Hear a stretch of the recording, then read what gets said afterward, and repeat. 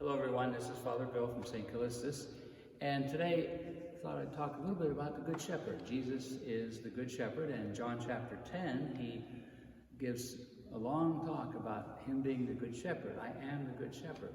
Also says, I am the sheep gate. A lot of different images, of course, all through John's Gospel. But a couple things to think about. I'm the sheep gate. When the Israelites, who were very much into raising sheep, they were nomadic people, people that journeyed around. So they had sheep, lambs, and then when they got to the promised land, that was still a major livelihood for a lot of people. So all the Israelites, the Hebrews, they understood when you talk about I'm the good shepherd, what a shepherd does. They all knew this very closely and intimately. So Jesus says, I'm the sheep gate. Well, what they did was they would take the sheep up from the village into the hills to get them good grass so they could feed. And they would, sometimes the place they went to frequently, they would build a sheep pen up there. But there was no gate. And what happened, the shepherd would become the gate. Jesus says, I'm the sheep gate. I'm the gate for the sheep. So that meant that one thing he did was let the sheep in and out at the right time.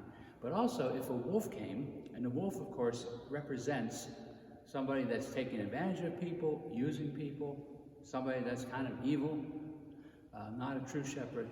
When the wolf comes, the shepherd would lay down across that opening in the sheep pen, and he would literally become the gate and say to the wolf, you want any of my sheep, you got to crawl over me.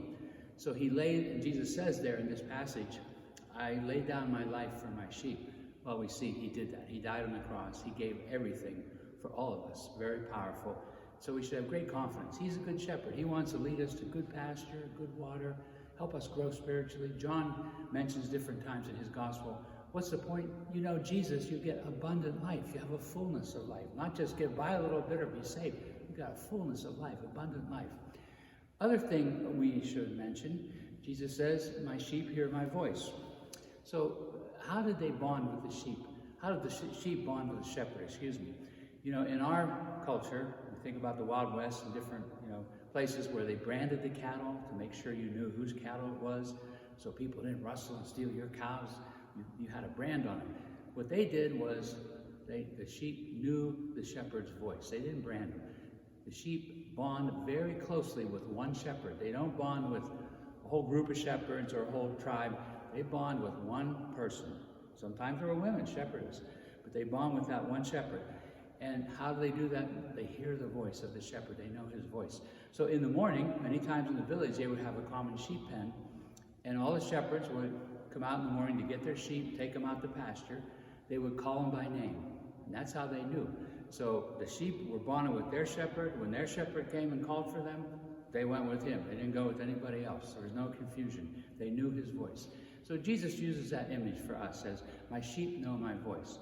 So one of the things incumbent on us is listen to Jesus' voice, hear his voice. And we see all through Scripture that's said in many different ways. When Jesus gets baptized, God the Father says, this is my beloved Son in whom I am well pleased, listen to him. At the Transfiguration, you get the same message, listen to him. So this call from God the Father, listen to my Son. He will lead you into all goodness and truth and wonderful things, the fullness of life. Mary at the wedding feast of Cana tells the waiter, do whatever he tells you. So we could hear her saying that to us. Speaking of Mary, we know that we just had the diocese and the nation consecrated to Mary. So that happened on recent Friday. And we also consecrated the parish. The parish of St. Callistus, we consecrated to Mary. So we asked Mary to shepherd us, bring us into that deeper relationship with Jesus. We know that's what she does.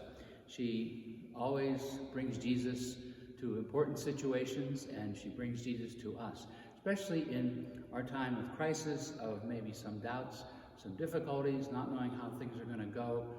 God does not abandon us. And Mary, we know, was there at the most difficult moments in the church and the happiest moments.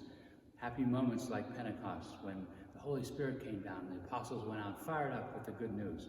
So Mary's there to guide us into all these good things, get us through the suffering.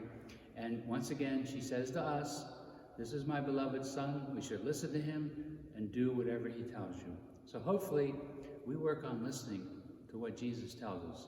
And we know his voice is a voice of truth, love, goodness. It's going to really help us to follow him into a fullness of life. So God bless today.